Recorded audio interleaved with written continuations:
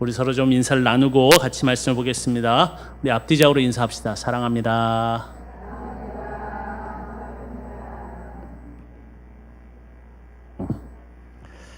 예, 이 장마가 굉장히 후덕지게 했던 한 주이기도 했고요. 또한 이번 주에는 참 많은 일들이 있었습니다. 1년의 낮이 가장 길다는 하지가 지나갔고요. 그리고 세계를 당혹해 했던 영국의 EU 탈퇴라는 사건이 있었고요. 어제는 6.25 66주년이었습니다. 이런저런 일들이, 크고 작은 일들이 굉장히 많이 일어났던 한 주였던 것 같습니다. 이렇게 분주하고 정신없는 세상에 여러분 살면서 정말 정신 똑바로 차리고 살기 힘드시죠? 그래도 우리는 똑바로 차리고 살아야 합니다. 그리스도인이 똑바로 차리지 않으면 큰일 납니다. 여러분, 그리스도인이 세상의 희망임을 언제나 잊지 마시기 바랍니다. 오늘은 우리가 지지난주에 성령의 임재에 관한 내용들을 살펴보았습니다. 이 오순절에 성전을 찾았던 유대인들과 여행객들이 그 놀라운 모습을 보았습니다. 그리고 그 일들의 증인이 되었어요. 오늘은 이 사건 이후에 벌어진 일들에 관하여 좀 보려고 합니다. 이 성령 임재 사건을 보았던 사람들의 반응은 두 가지였다고 말씀드렸어요. 하나는 이것이 어찌된 일인가 라고 관심을 보였던 사람들이고, 또 하나는 저들은 낮술에 취했다 라고 말하는 조롱과 관심이 없는 사람들의 분류였습니다. 오늘 말씀은 이러한 사람들의 반응에 오순절 성령을 경험한 사람들의 대표자로 이 사건에 대한 자세한 설명을 하는 베드로의 말씀을 보는 것입니다. 그의 입장 표명이라고 말할 수 있고, 또 다른 편으로는 베드로의 설교라고 말할 수 있는 부분입니다. 여러분, 이 부분이 매우 길거든요. 굉장히 긴 부분인데 제가 뒷부분만 읽은 것입니다. 그러나 이 본문은 몇 부분으로 구분해서 살펴볼 수가 있습니다. 크게는 14절부터 36절에 나오는 베드로의 설교와 37절부터 42절에 나오는 설교에 대한 반응, 그리고 43절에서부터 46절까지 이 믿는 사람들의 영향력으로 볼 수가 있습니다. 그리고 이 베드로의 설교 부분도 몇 부분으로 나누어지는데요. 14절부터 15절까지는 베드로가 말한다는 부분을 이야기하고 있고, 그리고 16절부터 21절까지는 성령에 대한 구약적 이해와 설명에 대해서 이야기하고 있어요. 그리고 22절과 33절에서는 성령이 오신 배경에 대해서 이야기하고 있고, 34절과 36절은 예수에 대한 재평가를 하고 있는 모습을 볼 수가 있습니다. 이렇게 제가 여러 가지를 이야기했지만 다 기억이 안 남으실 거예요. 그렇다 할지라도 이렇게 분류된다는 것을 먼저 좀 생각을 하셨으면 좋겠습니다. 여러분, 이렇게 분류하는 이유는 간단합니다. 이것이 그냥 써진 것이 아니라는 것이에요. 굉장히 구체적이고, 그리고 이런 짜임새를 가지고 있다는 것을 보기 위한 것입니다. 자, 이 부분을 가만히 들여다보고 있으면 여러분, 우리가 이 베드로라는 사람을 다시 재평가해야 한다는 생각이 듭니다. 왜냐하면 대부분 우리는 베드로의 직업을 들어서 한국적인 상황에 맞추는 경향이 많기 때문입니다.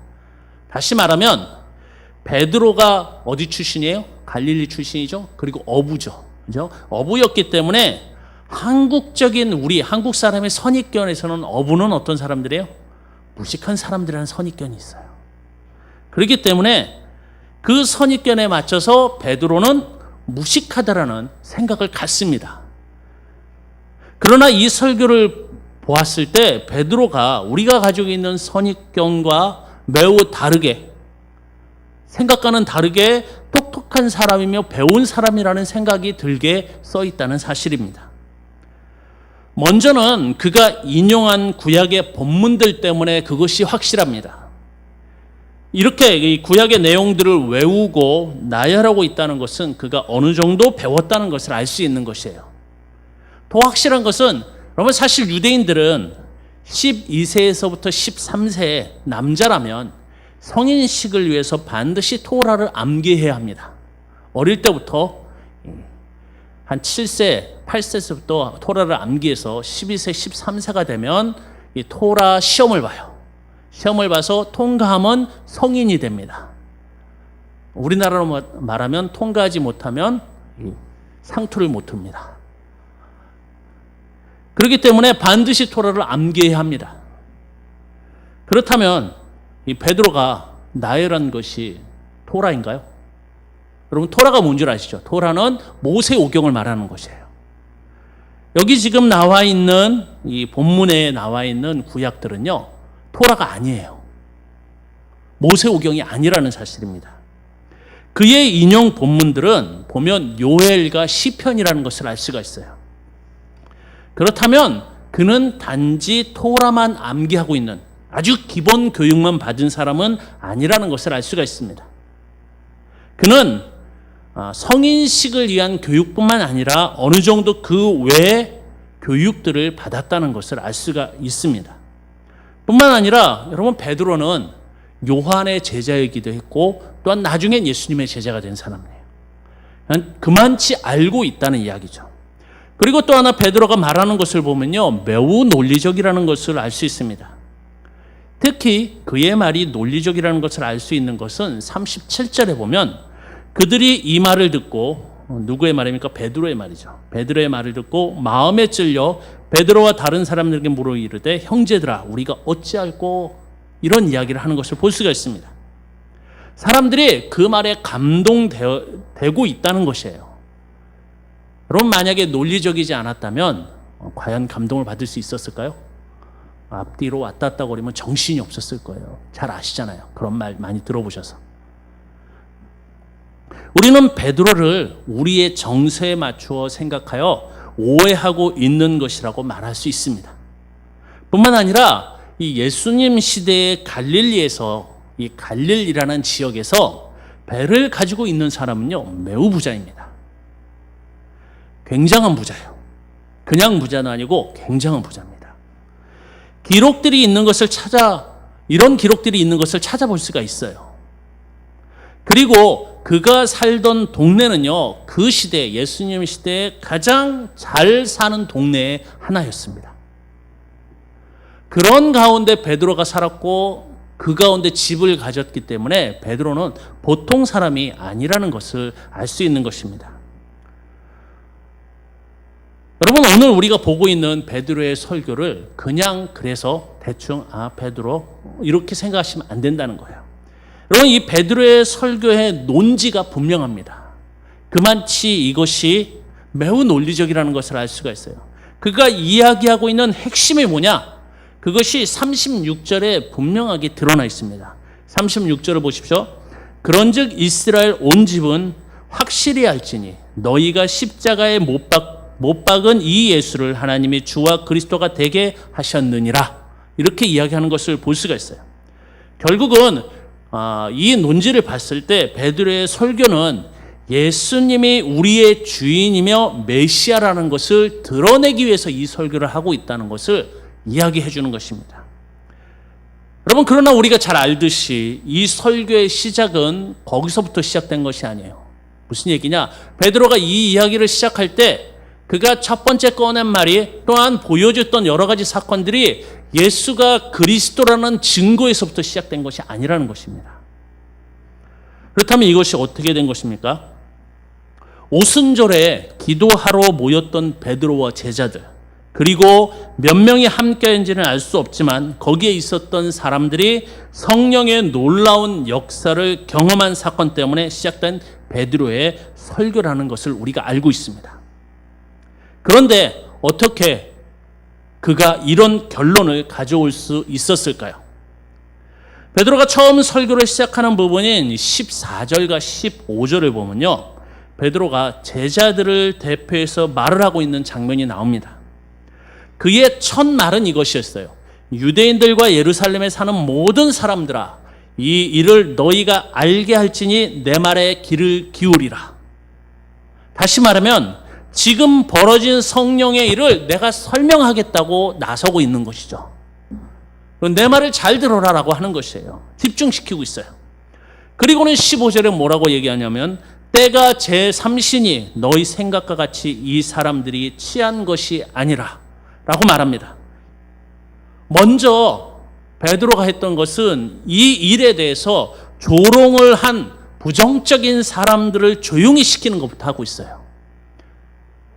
그 사람들을 조용히 시키지 않으면 중간에 어떤 말을 할지도 모르기 때문입니다. 그래서 베드로는 그들을 조용히 시키고 있어요. 베드로의 말은 이런 것이죠. 지금은 아침 9시다. 아침 9시 기도 시간에 무슨 술을 마셨겠냐? 이런 말이죠. 그건 말도 안 된다는 것이죠. 그럼 말도 안 되는 소리는 하지 말아라 라고 일단 치고 시작하는 것을 볼 수가 있습니다. 분명 그는 이 사건에서부터 말을 시작하고 있다는 것을 알 수 있습니다. 어떤 사건입니까? 성령 강림이죠. 그리고 모두를 자신에게 집중시키고 있는 것이에요. 이런 놀라운 언변을 베드로가 가지고 있다는 것 자체가 우리의 생각에서는 놀랍죠. 그죠? 그러나 이 사람은 원래 이렇게 말을 잘했던 사람인 것 같아요. 그러면서 베드로는요, 구약의 요엘 선지자의 말을 꺼내어 이 사건이 구약에서부터 예언되었던, 다시 말하면 말씀이 성취되는 사건이라는 것을 증명해냅니다. 그럼 정말 이 본문이, 지금 여기 나와 있는 이 요엘 본문이 정말 지금 상황하고 맞는 본문일까요? 그냥 아무 본문이나 인용할 수도 있는 거 아닙니까? 아니면 베드로가 자의적으로 해석한 본문일 수도 있어요. 그렇죠? 아닌가요? 충분히 그럴 수 있습니다. 물론 우리가 이 본문을 보면 이게 이렇게 맞는 거야 라고 이야기할 수 있어요. 그러나 여러분, 우리가 한 가지 생각해야 될 게 뭐냐 그러면, 지금 이 베드로의 설교를 듣고 있는 사람들이 누구냐라는 것을 생각해야 합니다. 그 장소에는 5절에 의하면 경건한 유대인들이 천하 각국에서부터 와서 예루살렘에 머물러 있다고 이야기하고 있어요. 그들이 있을 때 이 사건이 일어난 것입니다. 그리고 베드로도 14절에 뭐라고 얘기하냐면, 유대인들과 예루살렘에 사는 모든 사람들아라고 이야기합니다. 그렇다면 베드로가 터무니없는 말을 하면, 그것도 구약의 본문을 끌고 와서 이야기했다면 누구도 그것에 대해서 인정하지 않았을 것이라는 것이에요. 왜? 다 유대인들이고 어릴 때부터 다 구약을 외웠던 사람들이고, 경건한 유대인이라는 얘기는 평소에도 성경을 열심히 읽는 사람들이란 말이에요. 보통 사람들이 아니에요. 그런데 베드로가 그들을 놔두고 요엘서를 꺼냈다는 얘기는 그 요엘서가 그들에게 동의를 얻을 만한 충분한 말씀이라는 것이에요.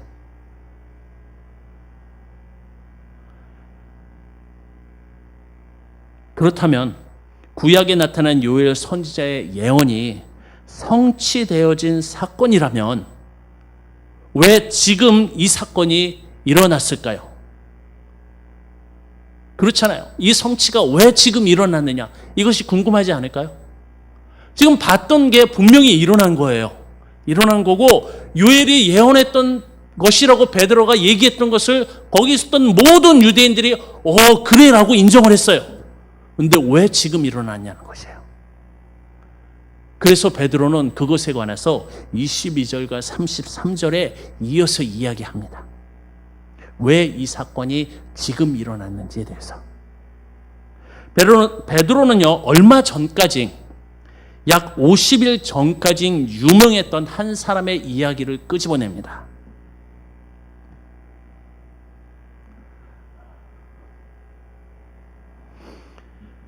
그것은 바로 예수라는 사람의 이야기예요.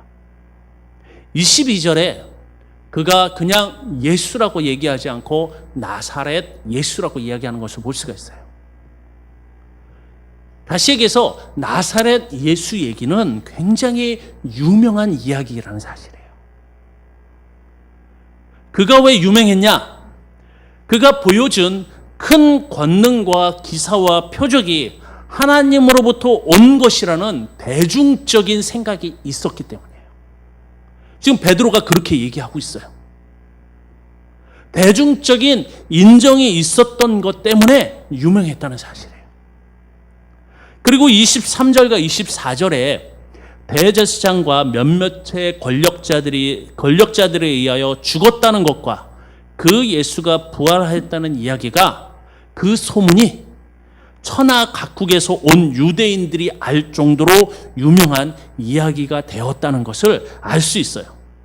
왜냐하면 베드로가 그것에 관해서 부연 설명을 하질 않아요. 전혀 그것에 관해서 더 자세한 설명을 하지 않습니다. 왜? 그 정도로 얘기해도 거기에 있던 사람들이 다 아는 이야기였다는 것이에요. 굳이 설명이 필요하지 않을 정도로 다 아는 이야기였기 때문에 이렇게 간단하게 이야기하는 것입니다. 아마도 여러분 여기 모였던 그들 가운데는 이 소문에 예수를 보기 위해서 온 사람도 있었을 것이에요. 그러나 얼마 전에 죽은 것 때문에 안타까워하는 사람도 충분히 있을 수 있습니다. 그러면서 베드로는 또 하나의 구약 본문을 꺼냅니다. 그것은 시편 16편의 말씀입니다. 유대인들의 자존심, 이 다윗을 끌어들여서 말하고 있어요. 그 내용과 의미는 31절에 미리 본 고로 그리스도의 부활을 말하되 그가 음부에 버림이 되지 않고 그의 육신이 썩음을 당하지 아니하리라 하더니 라는 말씀이에요. 여기 본 그대로라면 그리스도가 부활할 거라는 이야기입니다. 그렇죠? 음부에 버림을 당하지 않고 다시 일어날 거라는 이야기예요. 32절에 이것을 연결시켜서 예수가 부활했다는 그 소문과 같이 부활했다고 이야기하는 것이에요. 그렇다면 하나님이 살리셨다면 예수가 누구예요? 연결하면 메시아라고 이야기하는 것이에요. 그리고 33절에 가서 하나님의 오른손으로 예수를 높이심에 그가 약속하신 성령을 아버지께 받아서 너희가 보고 듣는 이것을 부어 주셨느니라라고 합니다. 이것은 너무 중요한 말씀이에요. 베드로는 지금 그들이 받던 오신 성령이 하나님이 부활시킨 나사렛 예수의 약속이었다고 말하는 것이에요. 그리고 성령이 부어진 이 사건이 일어난 것을 보았을 때 나사렛 예수의 부활은 참된 것이라고 또한 증명이 되는 것이에요. 그것은 결국 부활과 성령 강림은 매우 밀접한 관계가 있다는 것을 말하는 것입니다. 너무 왔다 갔다 거리나요? 그러나 여러분 이것을 베드로가 증명을 하고 있어요. 성령의 오심은 요엘에서부터 시작된 사건이었고 그 성경의 말씀이 성취된 것이고 성령이 오시게 된 이유는 예수라는 사람이 약속한 것인데 그 예수라는 사람이 부활했다는 사실이에요. 부활하신 그 예수가 약속한 게 온 것이에요. 약속한 것이 왔다는 것은 그가 부활했다는 증거입니다. 죽은 사람은 약속이 지켜지지 않기 때문에. 결국 부활한 그 사람이 누구예요? 메시아라고 증명을 해내는 것입니다. 여러분 이 본문은 굉장히 논리적이에요. 이것은 결국 부활과 성령 강림에 매우 밀접한 관계를 있을 뿐만이 아니라 결국 이것은 성령 강림의 참된 이유이기도 한 것입니다. 성령 강림이 지금 이들에게 오신 이유는 예수의 부활을 증거하기 위한 강력한 신호탄이라는 것입니다. 다시 이야기하면 성령 강림을 보았을 때 예수가 부활했다는 것이 분명한 것이에요. 그리고 베드로는 다시 한번 다윗의 시를 꺼내듭니다. 시편 110편을 인용하는데요. 베드로는 이것은 다윗이 할 수 없는 것에 대한 시라는 것을 먼저 말합니다. 그리고 그것이 메시아에 대한 이야기며 결국 앞에서 말한 예수가 메시아라는 말인 것을 확정 지으려고 이 시편을 끌어다 보시는 것이에요. 베드로는 다윗이 쓴 시를 통하여 예수가 메시아라는 것을 증명해 가고 있어요. 결국 베드로는 이러한 진술을 통하여 36절의 결론을 도출하고 있는데요. 그 결론은 분명합니다. 36절을 보십시오. 너희가 십자가에 못 박은 이 예수를 하나님이 주와 그리스도가 되게 하셨느니라. 주와 그리스도다, 메시아다라는 이야기죠. 여러분, 이 설교를 들은 그 자리에 있었던 유대인들은 37절에 먼저 마음에 찔려라고 말합니다. 그리고 형제들아 우리가 어찌할꼬라고 물어보고 있는 것을 볼 수가 있어요. 여러분, 이것은 변화의 순서이며 시작입니다. 말씀을 듣고 감동을 받고 어떻게 살 것인가를 생각하는 것이 여러분 가장 좋은 변화예요. 말씀을 듣기만 하고 끝나도 안 되고, 말씀을 듣고 감동만 받아도 안 됩니다. 어떻게 할 것인가를 생각해야 하는 것이에요. 이러한 변화가 그리스도인의 삶의 변화라고 말할 수 있습니다. 그들의 질문에 베드로는 38절부터 40절에 두 가지 규정과 두 가지 복을 약속해요. 두 가지 규정은 이것이죠. 회개하라, 세례를 받으라. 그리고 두 가지 복은 죄 용서함을 받고 성령을 경험하게 될 것이라는 것이죠. 여러분, 이러한 요구는 쉬우면서도 쉽지 않은 요구입니다. 왜냐하면 먼저 십자가에 죽은 예수를 인정해야 하기 때문이에요.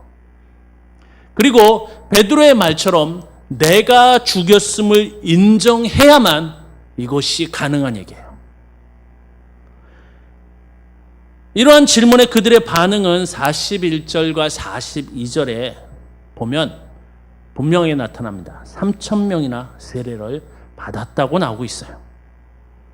그리고 그들은 사도들의 가르침을 받아 성경 본문 그대로 하면 교제하고 떡을 떼며 오로지 기도하기를 힘쓰니라 라고 나오고 있습니다. 여러분, 이 표현 교제하고 떡을 떼며 오로지 기도하기를 힘쓰니라, 이 표현은요 그들이 새로운 모습을 가졌다는 것이 아니에요. 이것은 그들이 공동체가 되었다는 말입니다. 하나가 되었다는 얘기예요. 한 공동체가 이루어졌다고 말하는 것입니다. 예수님과 제자들이 함께 교제하고 떡을 함께 먹으며 예수님의 교훈을 함께 배웠듯이 그들이 이제 함께 기도하는 것이에요. 다시 말하면 사라진 것 같았던 예수 공동체가 다시 이들을 통하여 회복되어지고 부흥하고 있다는 것을 말해주고 있는 것입니다. 가끔 이렇게 말씀하시는 분들이 있어요. 어떻게 고대 도시에 3,000명이나 되는 핵심자가 생길 수 있느냐고 의심하는 사람들이 있습니다. 그래서 이것은 이 3,000명이라는 이 숫자는 상징적인 숫자다라고 말하는 사람들을 보게 됩니다. 그러나 그렇게 말하는 사람들은 조금 오래된 고고학적 증거들을 보았기 때문인 것 같습니다. 왜냐하면 예전에는요, 예수님 당시의 예루살렘의 인구를 25,000에서 3만 정도로 생각을 했어요. 그래서 그런 자료들이 기초가 되면 3,000은 무리한 숫자가 되는 것이에요.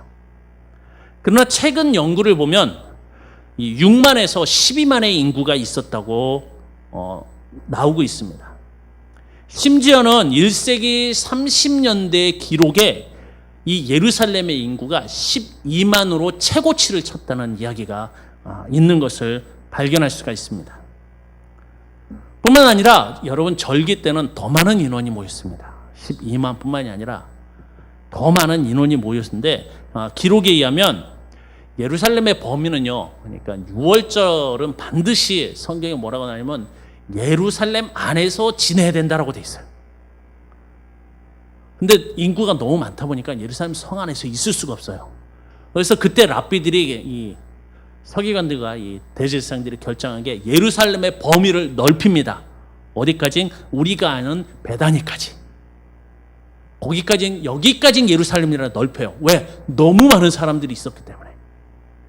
그러한 기록들을 봤을 때 3,000명은 충분히 가능한 인원수라고 말할 수가 있습니다. 그런데 말입니다. 여기에 모인 이 헬라파 유대인들은 사실 예수님의 죽음과는 직접 관계가 없는 사람들입니다. 그렇죠? 아까도 얘기했듯이 예수님을 죽였던 사람들은 그들은 산헤드린 공회의 대제사장파에 속한 일부의 공회원들이 오밤중에 작당을 해서 속전속결로 끝낸 사건이었어요. 예수님이 그렇게 돌아가셨어요. 그러니까 이 산헤드린 공회의 모든 사람들이 거기에 오케이 한 것이 아니라는 것입니다. 그런데 왜 그들이 마음에 찔렸을까요? 그들이 죽인 게 아니잖아요. 전 자꾸 이상한 생각만 하죠? 왜 그들의 마음이 찔렸을까요? 그렇다면 이들이 회개한 것은 무엇이었을까요? 뭘 회개했을까요?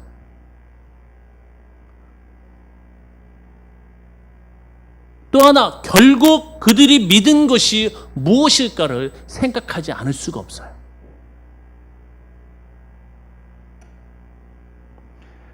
그러면 한 가지 좀 봅시다. 먼저는 그들이 찔린 것은요, 거기엔 동참하지 않았지만 방관한 것에 대한 반성입니다. 무슨 얘기냐? 메시아를 알아보지 못한 것에 대한 찔림이라는 사실이에요. 메시아가 오셨으나 메시아를 알아보지 못한 것이 그들에게 찔림이 되었다는 것입니다. 여러분, 그들은 평생, 아니 세대를 넘어서 메시아를 기다렸던 사람들입니다. 그런데 오셨던 메시아를 그들이 알아보지 못한 것이에요. 눈앞에 있었던 메시아를 알아보지 못한 것입니다. 그렇다면 이들의 회개도 분명합니다. 이들의 회개는 메시아가 오셨음에도 패역한 세대에 편승하고, 그리고 메시아를 알아보지 못한 것에 대한 회개라는 것을 분명하게 알 수 있는 것이에요. 그럼 그들이 믿는 것도 분명해집니다. 그들은 예수가 메시아라는 것을 믿은 것이에요. 예수가 그리스도라는 것을 믿은 것입니다. 이 말은 메시아의 통치 시대가 올 것이라는 그들의 믿음과 관련이 있습니다. 그들은 이제 메시아의 통치에 들어갈 것이에요. 그리고 그리스도와 함께 그 세상을 살 것입니다. 그래서 그 새로운 나라의 백성으로 들어가는 방법으로 제시된 회개와 세례, 그리고 죄의 용서함과 성령을 그들이 받은 것이에요. 그 공동체에 들어간 것입니다. 설교를 하다가 갑자기 생각이 나네요. 오늘 아침에 주일학교 학생이 손들고 한 가지 질문했는데 제가 답을 못 해줬어요. 설교를 하다가 갑자기 그 생각이 났습니다. 질문이 뭐였냐 그러면, 아담과 하와가 두 사람밖에 없었는데 왜 이렇게 인구가 많아졌어요? 여러분 뭐라고 답하시겠습니까? 그건 제가 답할 문제니까 제가 해결하겠습니다. 자, 갑자기 생각나서 말씀드렸습니다. 자, 사랑하는 성도 여러분, 우리는 오늘 본문을 통하여 몇 가지를 보게 됩니다. 먼저는 우리가 믿고 있는 것이 무엇인가를 생각해 보아야 합니다. 여러분, 우리는 가끔 이 핵심을 놓치는 경우가 있어요. 그 중에 하나가 내가 믿는 것이 무엇인가라는 것이에요. 여러분, 우리가 믿는 것은요, 놀라운 능력도 아닙니다. 천국도 아니에요. 부활도 우리가 믿는 것이 아닙니다. 부활이나 천국이나 이런 것은요, 확신이에요. 내가 갈 것이라는 확신. 그건 믿음의 대상이 아닙니다. 그렇다면 우리가 믿는 것이 무엇입니까? 우리의 믿음의 본질은 오늘 이 본문의 말씀에 의하면 예수가 그리스도라는 것이에요. 즉 메시아라는 것입니다. 우리는 이것을 확실하게 믿어야 되고, 또한 이것을 분명하게 붙잡아야 됩니다. 여기서부터 출발해야 되는 것이에요. 자꾸 다른 것에 흔들리지 말아야 됩니다. 여러분, 우리를 흔드는 것이 얼마나 많은지 몰라요. 그리스도가 메시아라는 것을 분명하게 붙잡으십시오. 둘째는 내게도 매주 선포된 말씀에 찔림이 있는가를 생각해 봐야 합니다. 그럼 이게 굉장히 중요한 말이에요. 물론 이것은 매우 개인적인 질문입니다. 제가 다 알 수가 없겠죠.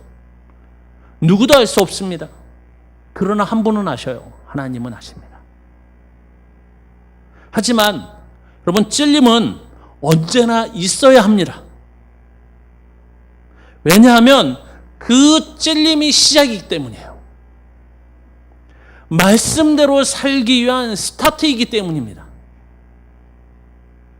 찔림이 없다면 내 스스로 한번 깊이 과연 내게 왜 찔림이 없나를 생각해 봐야 합니다. 세 번째, 찔림이 있는데 이 찔려진 마음에 따라 내가 살고 있는가를 생각해 봐야 합니다. 물론 찔림이 있다면 우리는 내 마음에 따라서 행동을 가는 게 맞아요. 그런데요, 요즘 사람들은, 현대인들은 굉장히 발달해서 찔림을 치료합니다. 무슨 얘기인지 모르시겠죠? 치료를 해요. 아파야 되는데 아프지 않아요. 무뎌진 게 아니라 찔림은 받아요. 근데 그 순간 치료합니다. 괜찮아. 나는 아무 문제 없어. 이게 문제예요, 이게. 그냥 넘어가요. 어떤 경우는 방어합니다. 쟤야, 쟤. 난 아니야. 분명히 찔림은 받았는데 그건 내 문제가 아니라 제 문제라고 생각해요. 방어적입니다. 뿐만 아니라 지금은 아닙니다. 지금은 할 수가 없어요.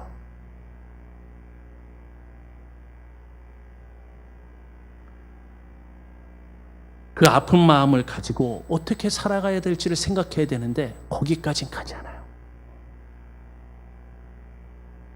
여러분, 그대로 살아가는 것이 매우 중요합니다. 이 예루살렘 교회의 변화는 거기서부터라는 것을 보실 수 있어야 돼요.